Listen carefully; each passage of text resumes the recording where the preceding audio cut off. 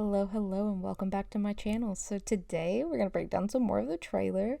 It's Tuesday, so I hope you guys had a good weekend. Here are some of the clips that we talked about last week. We didn't get very far, but there were a lot of details in those clips, and I had a lot of talking that I wanted to get out there. So I even missed a couple details. Like I missed the fact that I didn't even talk about Voyage of the Beagle, but that's fine. We're going to move forward, and whenever we get to somewhere that I can throw that in, I'll talk about it then. So, moving forward, we're going to go ahead and get started with the rest of the trailer. I'm going to do my best to show more footage today. There's more landscapes, so less things to break down, hopefully. Here we go. Coming on this expedition was meant to help you find the strength to carry on. And you have. We all know you've got this. Now it's time to finish the journey, Sam.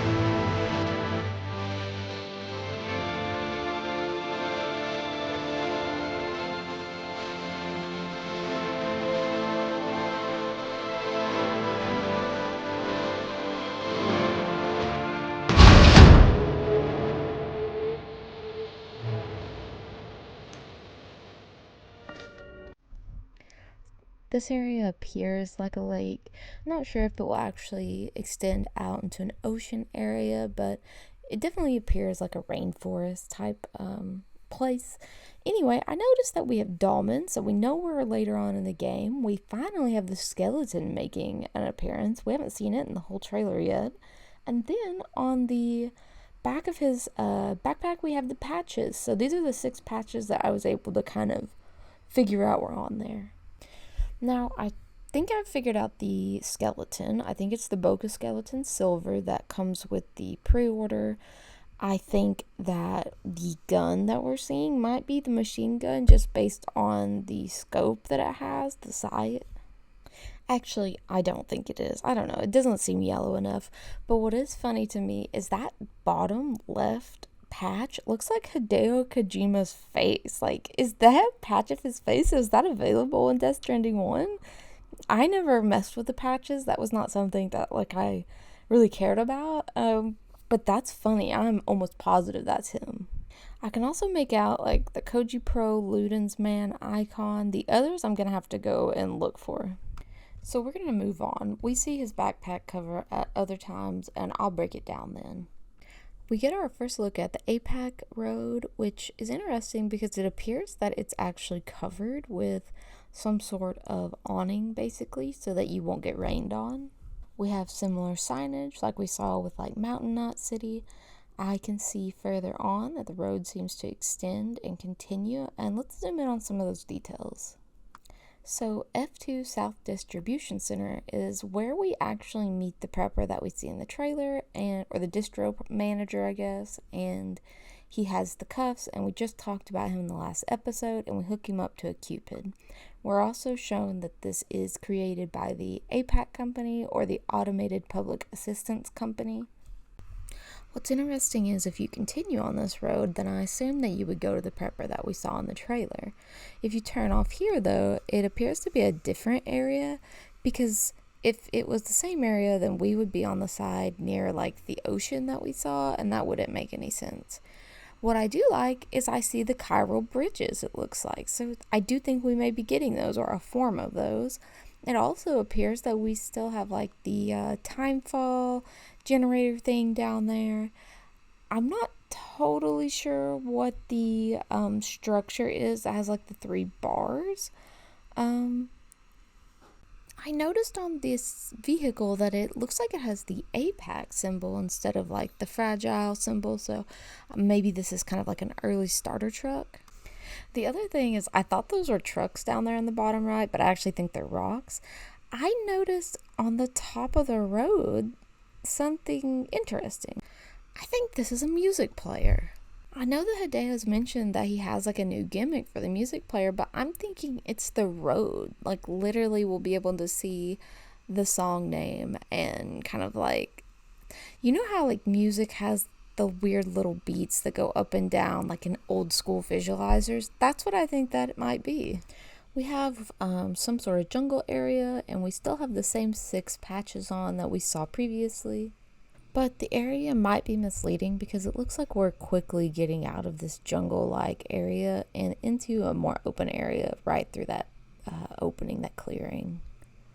Something I haven't seen any evidence of are the titans that we've seen on Hideo's Instagram, which do not look like the titans that we've seen in the trailer. They are big, they are robotic, there appears to be many of them, and they are on mountaintops. And I'm thinking that they're being hidden from us for some reason. Perhaps they're going to be a surprise boss, or maybe they're more integral to the game and some surprise twist that we're going to get.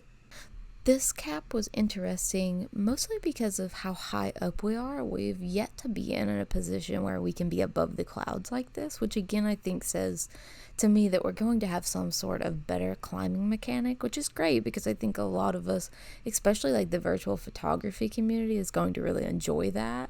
But we can see we have one of those strings right in front of us, and while I do think those are going to be related to cargo, I'm not sure that they won't have something to do with tomorrow and perhaps us looking for things that maybe she is connected to in some way. Also, Sam is in kind of that darker suit. It doesn't seem to be like that digital camo that's in white. And he is gross looking. He looks like he's been in a battle. So I think it's safe to say that this could be an area that we access after a fight, or maybe we just have come out of a tar pit.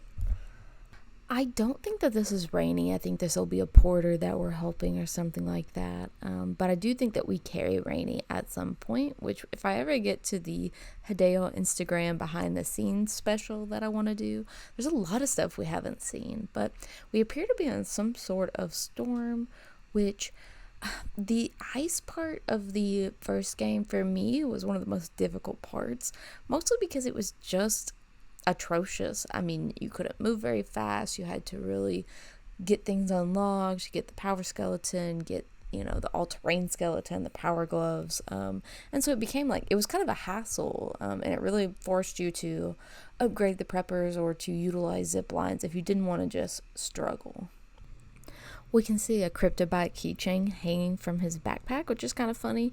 I assume it's going to give us some sort of a boost, especially if we take a tumble. And while I don't see any new gear on him, I really like the addition of this kind of like neon glow-in-the-dark drawbridge outfit with the lines on it.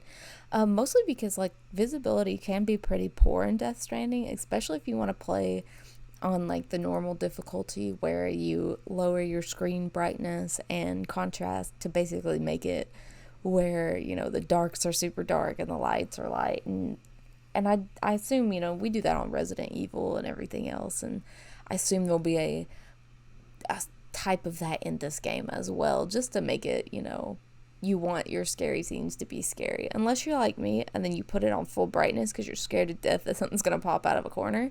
But we all play games differently, which, speaking of that, I'd like to talk to you guys about something that I saw on a leak. So there's a leak out right now saying that Hideo is either considering or is going to make boss fights optional in Death Stranding 2, which I actually think is not a crazy suggestion. A lot of the people who stuck with the game the first time through stuck with it because they love the story. It's called the walking simulator for a reason. A lot of people did not vibe with Death Stranding 1, and that's okay. The whole reason that I played Death Stranding 1 was actually because my partner just didn't like it. It was slow, it wasn't catching their attention, and it took a long time to get through the beginning cutscenes and really get into the story. But because I really enjoyed the story and the lore and this weird world that they were building, I was like, you know what? I'll play it. Like, let's not return it. I'll play it. And so I think what Hideo might be realizing, or already realized, he's had Metal Gear Solid, and so he knows that not everyone wants to play all these cutscenes, or rather don't want the cutscenes. So I think he's acknowledging the fact that some people only want the story, and B, some people only want to play the action. And if you have the option for those who want story only to skip through the boss battle and continue, then you can almost create a movie, a cutscene movie, which a lot of people have joked about him basically doing that anyway with his games. But I think it's a really fun thing because you basically get an interactive movie.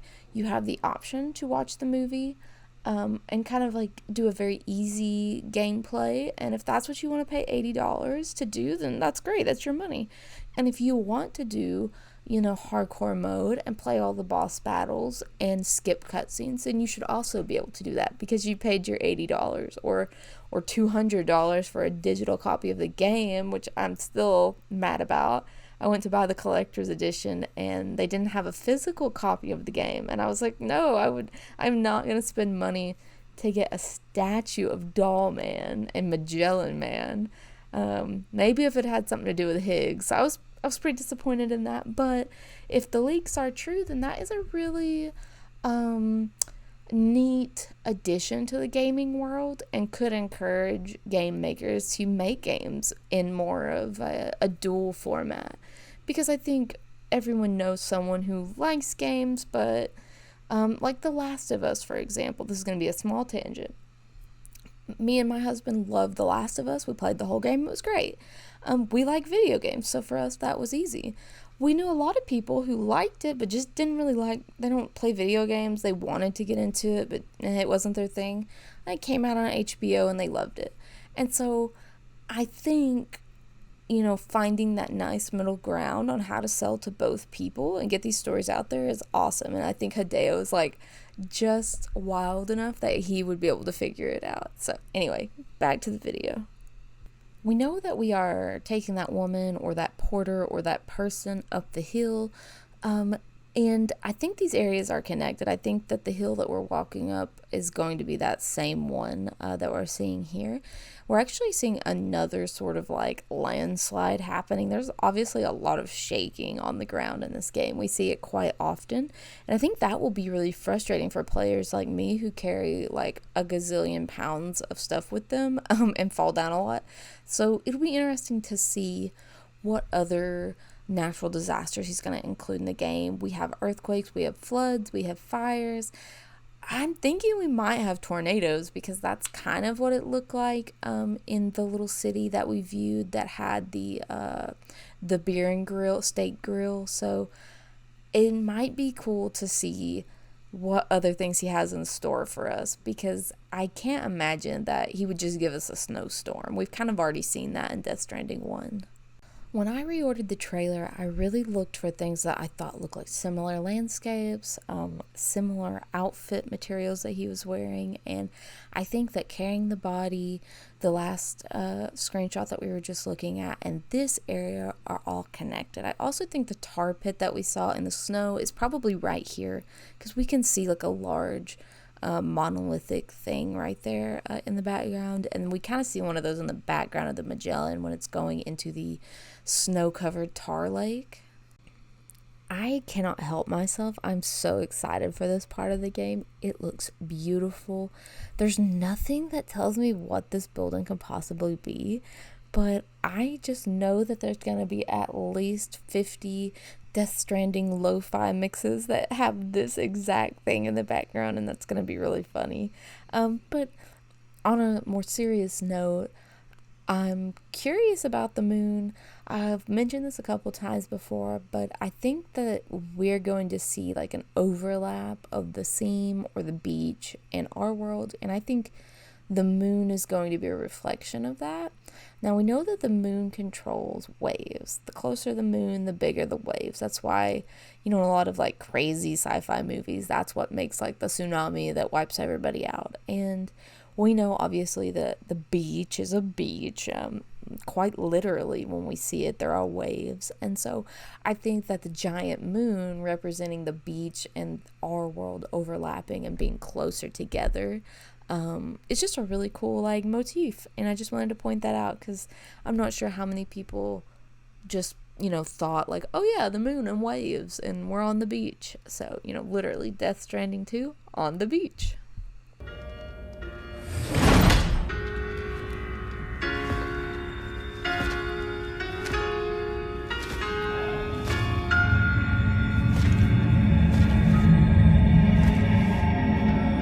Administering shock. Stand clear.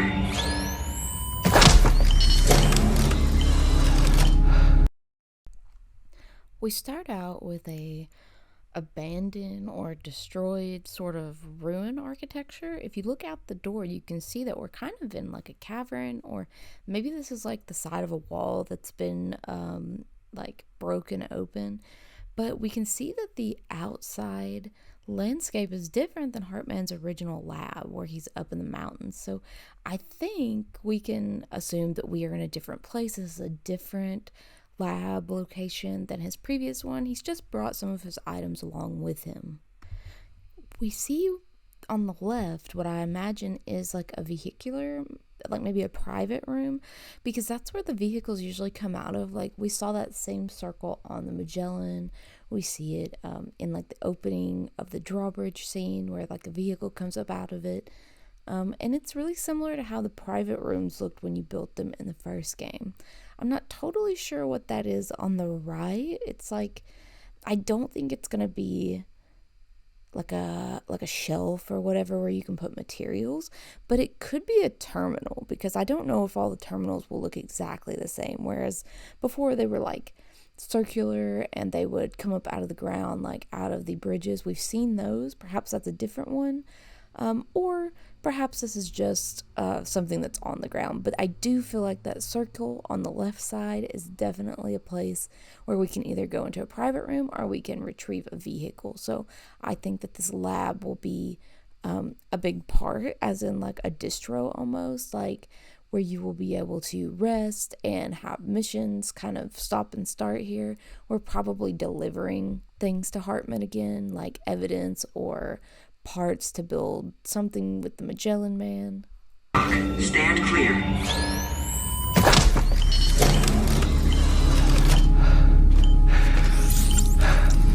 Upper Beach reference frame confirmed.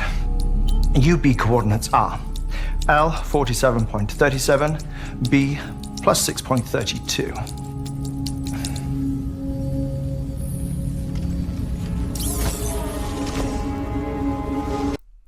Our first look at Hartman, and we can see that he has the drawbridge logo in the background. I think that again gives some credence to the fact that this is definitely not his original lab. This is definitely something that's been built to house him, probably in this different area. There's no real interesting details in the background. You can see his timer that he has with like his chiral gold in it. And Charlie must be in this room somewhere, but I haven't noticed him yet.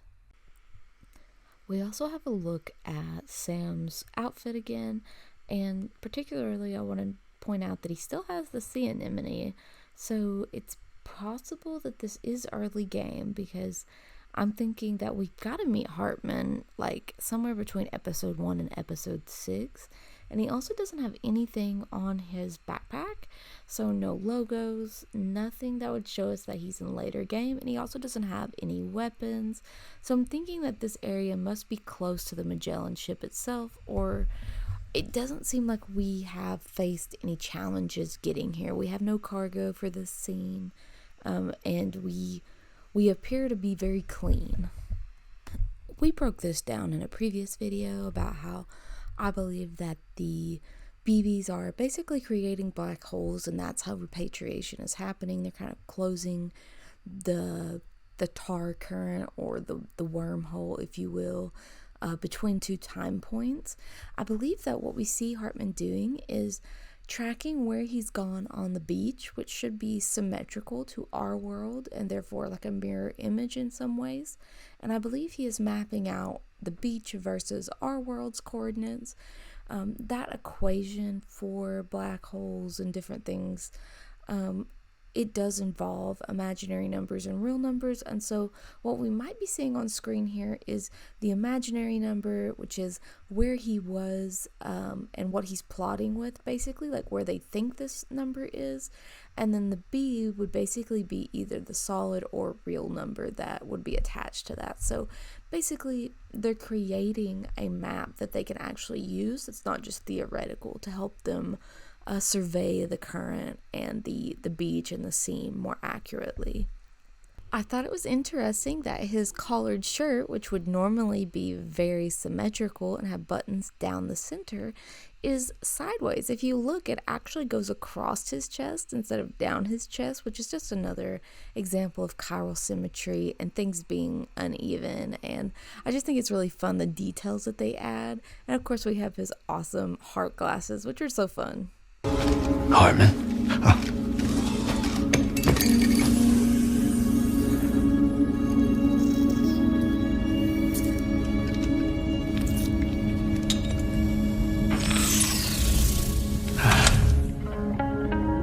You're looking well, Sam.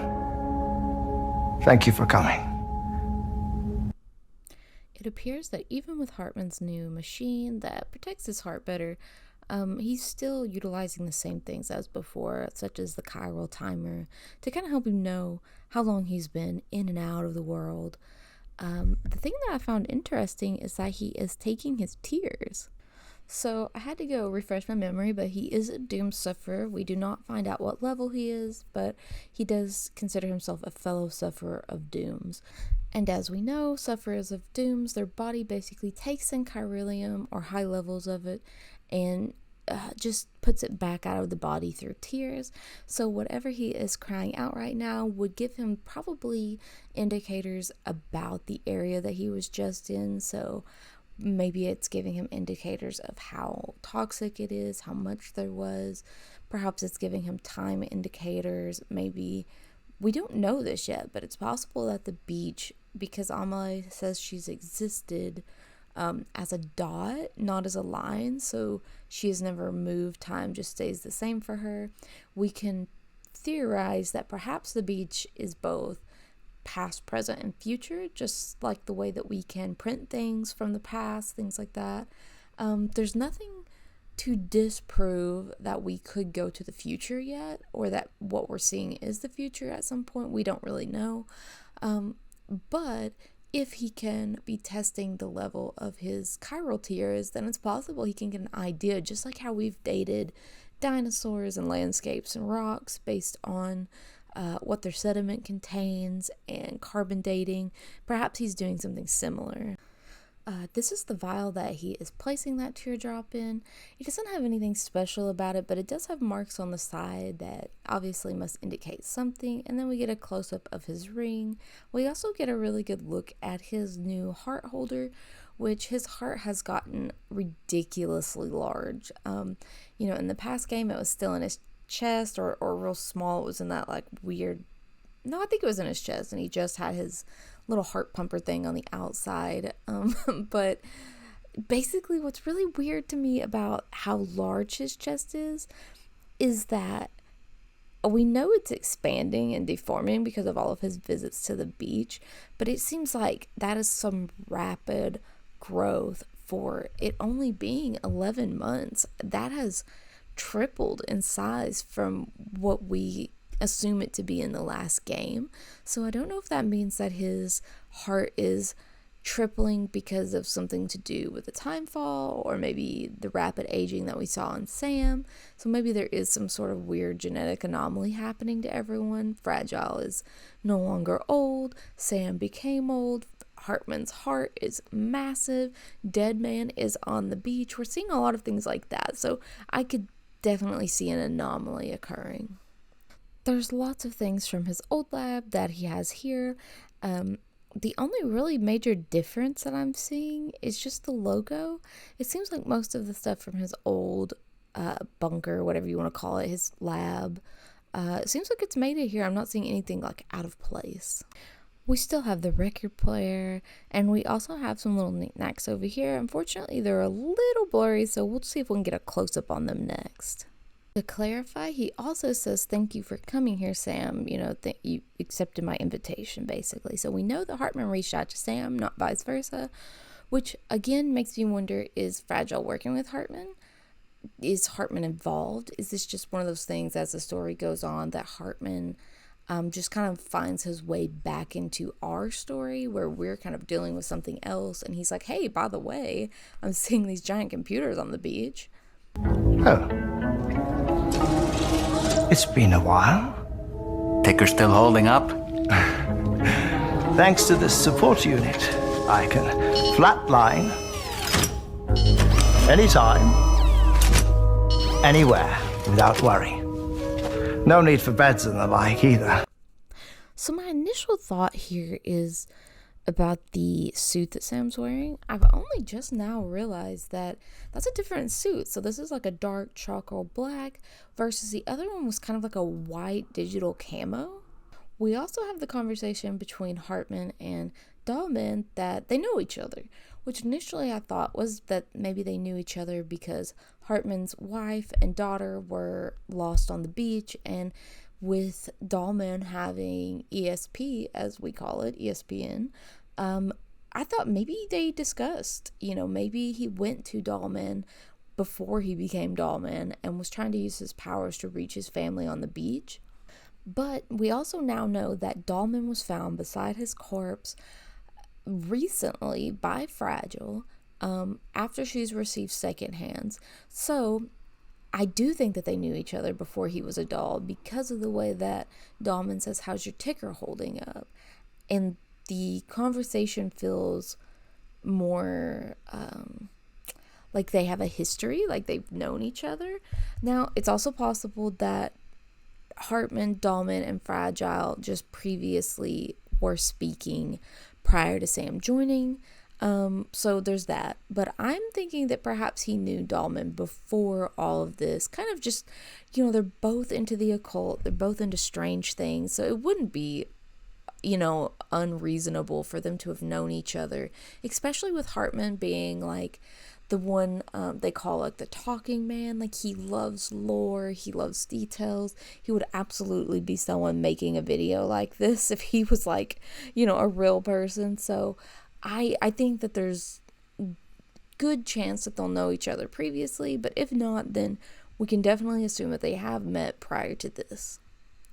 I'm going to be a conspiracy theorist one more time. His skeletal, his leg, whatever you want to, I can't ever think what to call it. Basically, like his skeleton legs that he gets, they remind me so much of the ones that Higgs is wearing. Mostly the way that it connects to his shoes, because they're more similar to Higgs's outfit than they are to the ones that Sam is wearing. But also when you look at the thigh part of the skeletal machinery that Hartman is wearing, they have the same like design on them, and I'll try to zoom in and let you guys see that. Actually, upon zooming in, they do have similar like design motifs, which so does Drawbridge with like the little bar that sticks out. But when I went and looked at Higgs's, his has way more design elements to it, so these are not the same. My bad. I can sleep standing up. Not bad, eh?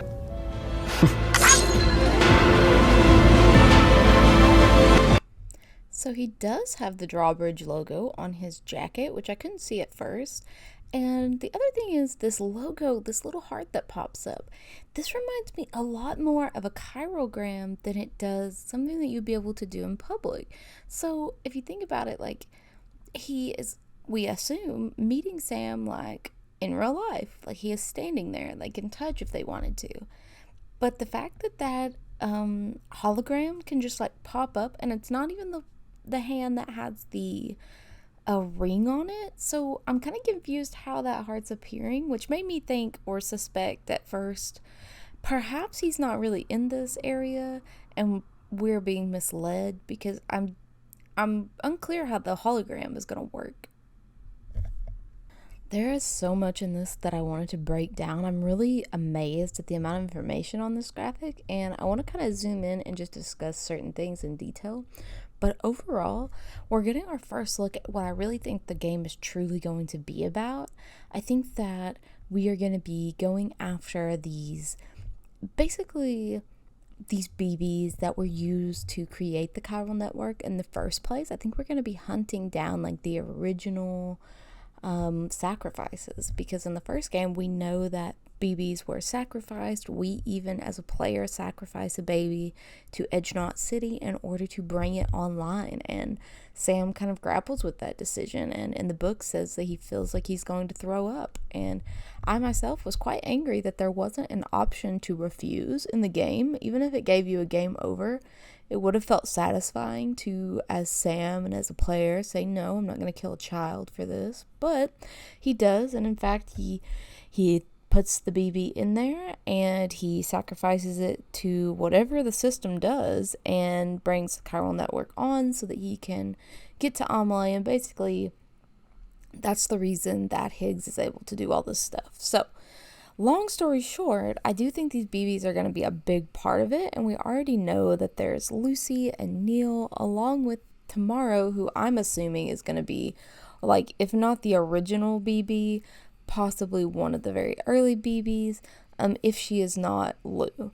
Now, my concern is the giant, like, explosion areas on the map, but what I think those are going to end up being are, like, tar lakes, because that's really similar to what we saw on the Death Stranding 1 map, whenever we were seeing, like, large void outs and areas we couldn't get to.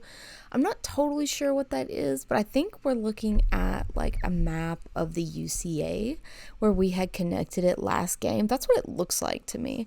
And we're seeing, like, the preppers that we brought online and how each of those areas is basically has a BB. Some things that were brought to my attention that I didn't realize about the last game were that we deliver egg and sperm to different not cities. Now, I knew that we were doing that, but in my head, I was like, oh yeah, we're trying to, like, rebuild the population. Of course, like, we need to deliver that to areas. But one of the running things that people are talking about now is we were probably delivering sperm and egg to these facilities so that they could, like, facilitate the creation of more still mother children, which is terrifying and very dystopian and honestly, like, the craziest thing ever. So now that we've kind of rehashed that, let's talk about what we're seeing in this image. Again, we are in Hartman's lab. That's made obvious, although maybe not necessarily the first thing you notice, by his bed in the background and the desk. So this cut is probably attached directly to what we just saw in my reordered trailer, although it is not connected in the trailers we've been given. We initially see this BB pod floating in front of him, and a lot of people assume that he was wearing it, and I did too until I started looking, and it's actually just floating by itself in front of him, which is really strange. How is it floating? It doesn't have the sea anemone on it, so I don't think this is loose pod floating, although it could be. You see some bubbles rising up out of it, just like we've seen in other, clips with the pods where we think it's Lou, but we're not sure. So it could just be that there was a pod in the room and Lou is able to jump from pod to pod, but either way, this pod is floating for some reason that we do not know at the moment. Now I want to point out again that you can see his heart pod is what I'm going to call it, behind the BB pod, so he is not holding it. It is not attached to him. That is his heart thing behind him. I want to take a look at the font that I'm seeing at the bottom left. This barcode-like font, as I'm calling it, is seen on the servers from the beach scenes. It's seen on Higgs's printed guitar belt strap. It's seen printed on his skeletal legs. It's seen printed on various vehicles, as well as the highway above the trucks on the blue, like, lit area that I said might be a music player. This is popping up everywhere. It's even on the coffin that we assume that Higgs is carried in. And just to reiterate, we know this is the UCA because that is Texas right there. That is the bottom of Texas, and so I just want to point out that this is the UCA map, and so those blotted out dots actually match where we saw Amelie blow up the map, and Higgs allegedly captured her. So I do think at this point we can consider maybe the red areas to be void outs. I can't exactly remember what those big spots were on our map, but I think they were void outs. Like, I think that's where, like Capital Knot got blew up or something like that. Anyway, correct me in the comments if you can remember. But now that we know that we are looking at a map of the UCA, this is us after we've connected everything. I believe this is probably him explaining to Sam why those things were delivered, how they work, how the chiral network was actually created. I'm not totally sure why we have that shape in the background and it's creating like this odd polygon. I don't have any shapes or imagery that relate directly to that polygon. His Dreamcatcher doesn't necessarily match that shape. So when I compared them 1-to-1, actually that is the exact shape of the Dreamcatcher, which is interesting. So he was given a Dreamcatcher by Amelie that literally represented her vision of the UCA when he was just a child, and she told him that was to keep the bad dreams away, but we already know that she was the one that gave them Doom's nightmares anyway. So not only did she lie and manipulate and give him this Dreamcatcher that is something that he was able to bring kind of back and forth with him and also helped him get to her beach, but that exact Dreamcatcher is literally what we're seeing represent the UCA and the chiral network. And even that chiral gold in the center could represent Amelie herself as like the nugget of truth in the center. Did she lie to Sam about everything? Yeah, pretty much. But in the end, their connection, her being a dot and all of this, unmoving time and space, the only thing that kept her from destroying the world was Sam. And so there is a dot of truth in all of this, in her web of lies, as we call it. But I did find it really interesting that shape was like 1-to-1. I also think that they might be experiencing like the Cupid upload here, because he actually looks like he's floating. And the other thing is he is mimicking that very famous Higgs position where he kind of like opens his arms up and then floats up into the air. We also have these symbols, these little diamond symbols and kind of like cross-shaped symbols. And I see that motif continued throughout. We see it on Charlie. Later on, we actually see it in the sparks of a monster that's attacking us. And I thought it was just coincidence at first, but then I started noticing that in Death Stranding 1 during my replay, we have little crosses or X's that pop up when we're using chirograms or the holograms, and you have X's kind of over those people as they speak. And I think this is just kind of like a continuation of that. Not necessarily the bright blue diamond shapes or star shapes, but there are little yellow, almost like cross shapes, and those appear multiple times. We can tell that we're kind of in the part of the ship where like the printer is. You can tell from like the little globe that we can see in the back of the ship. I also think that that is Rainy. I think that's the back of her ponytail and her jacket, because there is a seat behind him. Now Charlie himself is really interesting because we can tell he's been kind of beat up. He seems to be an older robot, or at least he's had some time fall happen to him. He's also interesting because of his facial expressions and how they are changing like a copy paste rather than like, maybe how we see Dollman's expressions changing. They're very different. I do think this is going to be like the comment that Hideo makes on AI. The other thing that I don't know about is I couldn't make out anything here that would give us any like details about why he was created or when, but we do have a famous navigator named Charlie who navigated in like the early 1900s for America, and he was kind of like the first person to sort of go towards Antarctica. So it's possible he's just supposed to be a comment on AI, but maybe he's also related to navigation.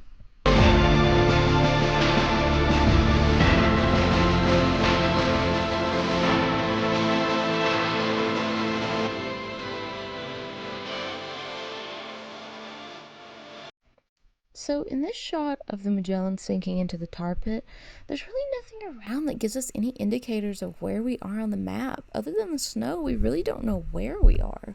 We haven't seen very many snowy landscapes in the trailers, and I worry that this could just be a misleading thing, kind of like the wildfires that we're seeing. This could just be a freak thing that is happening in this environment. But moving on to the next clip.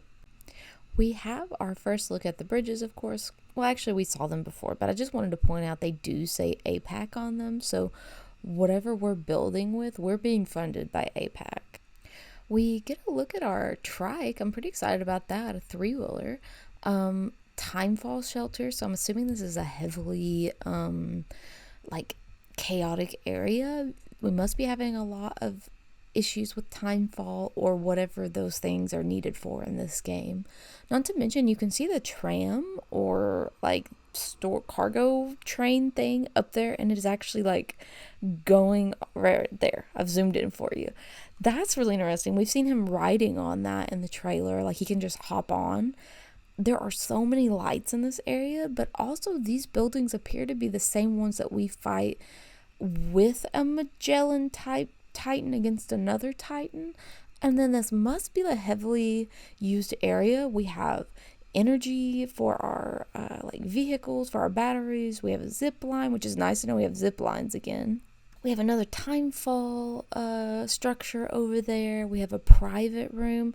We have something in the center that I'm really not sure what that is. If you know, let me know. And then we have like I cannot even remember the name of these. Basically the structure that let you spy ahead to see what was kind of in the future. I'm curious if this will actually be like Egypt or Africa or something like that, because we've already been to Mexico. The whole trailer can't be in Mexico, surely.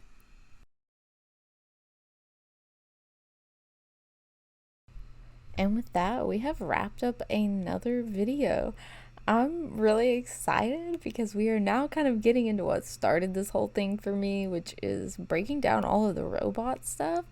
Basically, from here on out, everything is gonna be pretty exciting. We finally get to the mech robots and Higgs's outfit.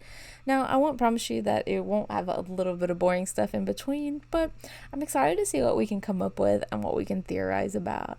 Without further ado, I will see you next week and I'll get to work on the next video. Bye!